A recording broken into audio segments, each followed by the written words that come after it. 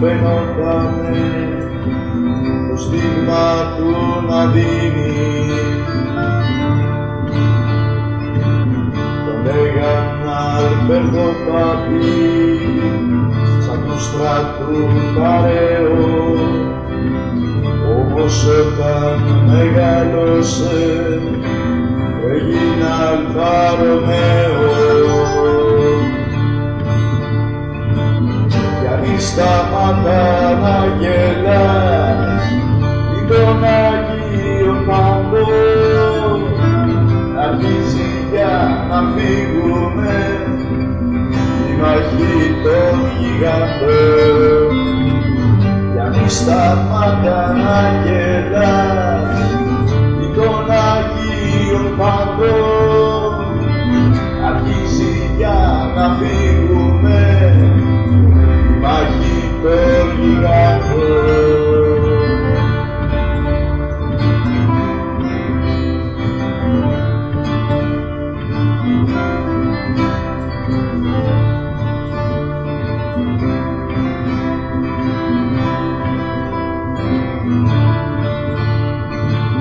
Ο Σβάνκου δεν τον γνώρισε, τον φώναζε Γκρέτσικο.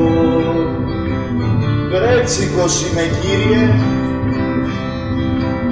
τι φωνή σε πετύχω.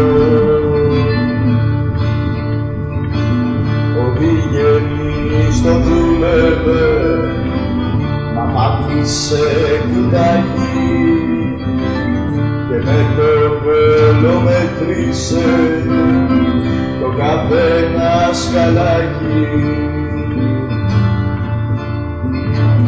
Κι αν σταμάτα να γελάς ή τον Αγίον Παντό, αρχίζει για να φύγουνε η μάχη των γιγαντών.